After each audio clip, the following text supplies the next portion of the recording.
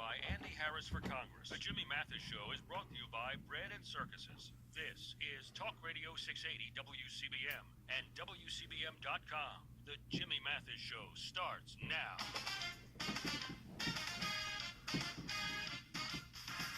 Welcome back to the Jimmy Mathis Show with you till 8 o'clock. Then Delegate Pat Jimmy Mathis exclusive, The Stone Zone, featuring Roger Stone, veteran of 30 years in politics and 9 presidential campaigns, including Richard Nixon, Ronald Reagan, and Donald Trump.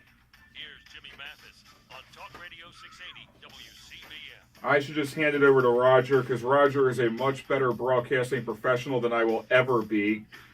Good evening, Roger. How you doing? Well, I don't bump into my own line. I was going to say, I'm stepping over my own elements real here. How do you recover from that one? It is really great to be with you. Yeah. Let me say, I've been following the situation there locally, and the surveillance, the spying on you by an erstwhile political rival is shocking, inappropriate, shady. Is it really shocking, though? Well, I guess it really isn't. The point is, you're a threat to the established order. You want to ask hard questions to the taxpayer. You're tired of the go along to get along and the secret deal that undercuts the Trump revolution. Well, I stole a line from you last week, not during your segment. I did credit you, but and I'm paraphrasing it, but they wouldn't hate you if you weren't effective. Well, Jimmy, look, they don't want you. They don't want you in the state capitol because you'll ask the hard questions. You'll reveal the secret deals. You'll call for some backbone. You're not beholden to any special interest. The trial lawyers don't own you. The energy people don't own you. Nobody owns you. That's why you smear the living urine out of these people. It's a brand new world to me, though, Roger. You've been doing this for a long time. I'm just a puppy here, you know. Well, I have to take the brickbats of the Daily Beast, which is really beyond the pale. The whole question of Goosper 2.0 was examined and discarded the first time around. They're recycling the same old crap all over again. My only communications with this guy on Twitter happen on a date that make collusion chronologically impossible. So there can be no collusion. It's all public and it's been revealed. They act like none of this is clear. They act with malice when they say, here's the collusion that Robert Mueller seeks. No, we've been through all this. These conversations are ex post facto, so they can't constitute collusion. And then if you want to look at the substance of them, they're your typical political chatter. They're benign. Even the worst interpretation, they most certainly don't constitute collusion. So they have no culprit for Russian collusion. They are trying yet again to smear me because I know I'm a beloved figure, on the left. Look, I was out with my grandchildren for dinner last night in a local restaurant, and a group of patrons at the next table gave us the finger. Right. If I were alone with my wife or with all adults, I'd want with kids at the table? Really? Well, let me ask you a question, Roger. Well, I mean, look, you and I have been doing this for pushing 3 years now, and I got a bunch of emails over the last week to ask you, is there any part of you that has a fear of going to jail over all this right now? No, because I've committed no crimes. Well, two things are clear. I'm in and out of the cut and thrust 2016 campaign. And my emails and all the entire trail that I purposely left is very political. Two things are clear. I never received anything from WikiLeaks or Julian Assange or anyone else, or any state actor or anyone else, and passed it on to Donald Trump and the Trump campaign, including allegedly hacked emails, which may not have actually been hacked. Number two, number one, I never received anything. Number two, therefore, I never passed anything on. That's indelible, and therefore there is no collusion.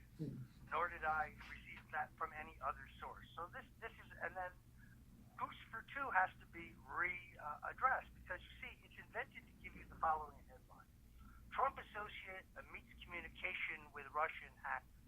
Well, whether he's Russian or not is still debatable. Just because the Daily Beast has a faceless new quote that says he is, doesn't mean he is.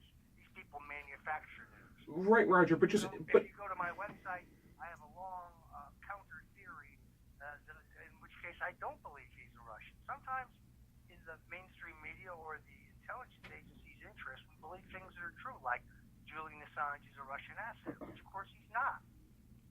Right, but and again, you're right. All this is coming from the Daily Beast right now, but you had admitted in the past that you had communication with Guccifer 2.0 under the assumption that he was not a Russian spy, correct? That is correct. That was my belief then, and at this point, it is still my belief. I've seen more evidence to the contrary. Nothing's changed my mind. The only thing that's new here is a news source telling the Daily Beast he is indeed a Russian. It's likely sourced. Read the piece. I think it's manufactured to give it another news cycle. And it very well may be. It very well may be, Roger. But if Robert Mueller is now taking over the investigation into He's welcome to it. He's gonna. I assume he'll investigate it and he'll find out everything I've just said is true. There's no evidence to the contrary. It's how I sleep at night. It's a mainstream lynch mob. Look, the Washington Post has two hearsay sources who say I told them I was meeting Assange. One of them claims that I indicated to him that I had advance notice of the contents of the emails. But he says this. The Washington Post tells me there's an email, but they have no such email. So it's hearsay. Somebody describing an email. That email does not exist because that knowledge I did not have. So, but that gives the Washington Post a story. Now every little blackbird jumps on the loop with a new angle. Stone refused to answer questions. No, I answered every question but one in the session. They wanted the name of my source, which I gave them by letter 2 days later. Mm-hmm. Therefore, by definition, I answered every question. But you'll read it again in the fake news. Stone, who refused to answer every question. It's a canard. Look, Roger, I have more respect for fake news these days than anybody, so I'm getting a college education in that. But let me just ask you this question from a legal standpoint: if it turns out that Guccifer 2.0 was it would be immaterial whether he was or was not a Russian, since my communications with him, the content of which we have, doesn't show any evidence of collusion. But more importantly, the specific accusation is that I worked with him and received hacked documents when I didn't speak to him until said hacked documents had already been published by WikiLeaks. well, Collusion not possible. the accusation though is that you were, from a back channel aspect, working still for Donald Trump. I mean that's the insinuation that they're putting in. Look, I was reporting all of this in InfoWars. Of course, I wanted to know what Assange had, but I had no direct contact. I was working. This is covered on Stone Cold Truth in a piece called Randy and Me, which I recommend. It explains the entire structure of this, none of which constitutes illegality, because, as I have said and continue to say, I had no advance notice of the content, the source, with the exact timing of the disclosures about Hillary. Didn't even know for a while that they were emails. So this idea that that I somehow got information from the advances lagged to Trump is a fantasy of the left. And look, these people now they're calling. I mean, is this how good can life get? Some libtard pack has asked for the release of the outtakes that were unused in the making of Get Me Roger Stone to find out if they contained evidence of collusion. But for those out, this publicity bonanza comes the week before the Emmy committee looks at this film for Best Political Documentary. right? Thank you, Jesus. But How stupid can some liberals be? But Roger, for those out there, okay, again, you and I have been doing this for pushing 3 years now. You've been doing Alex Jones for a long time, and the accusation has been that you've guessed right frequently, which you did on my show for years, kind of looking into the crystal ball, and obviously you've done that on InfoWars, and there's those that are using that as an indirect proof almost that there's something deeper than what you're saying right now. To that you would say? I would say that I am out there. There's no doubt about it. I cover this 5 days a week for an hour a day, 5 o'clock Eastern. So I have sources. I have contacts. I'm certainly out there and acting politically and doing everything I could on a voluntary basis on my own, acting completely independently to help Donald Trump. I acknowledge that. And I certainly was outspoken on his behalf in the media and and so on. But I was reporting this, and that's why I certainly am deeply involved in the fabric of the 2016 campaign. But with liberals hanging their hopes on either some collusion with Lucifer or some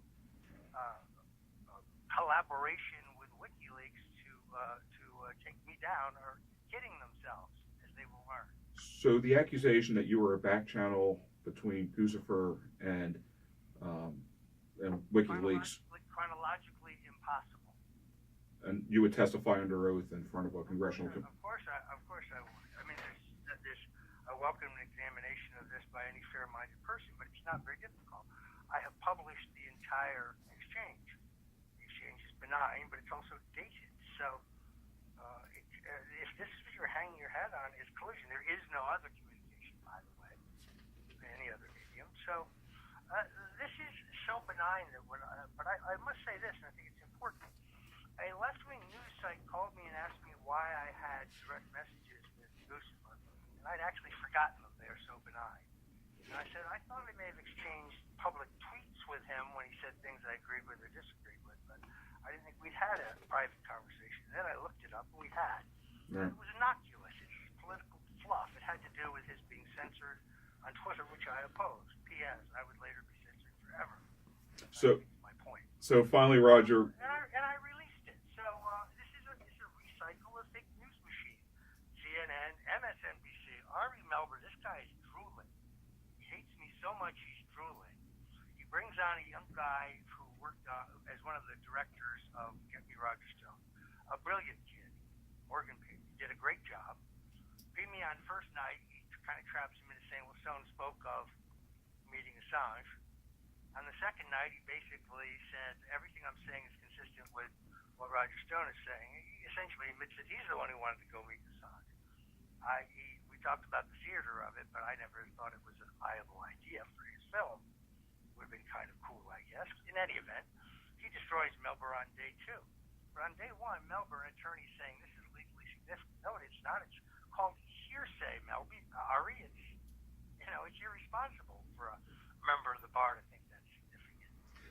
Finally, Roger, with Mueller again taking over the investigation into Lucifer, what are the odds that? Well, we don't know that that's the case.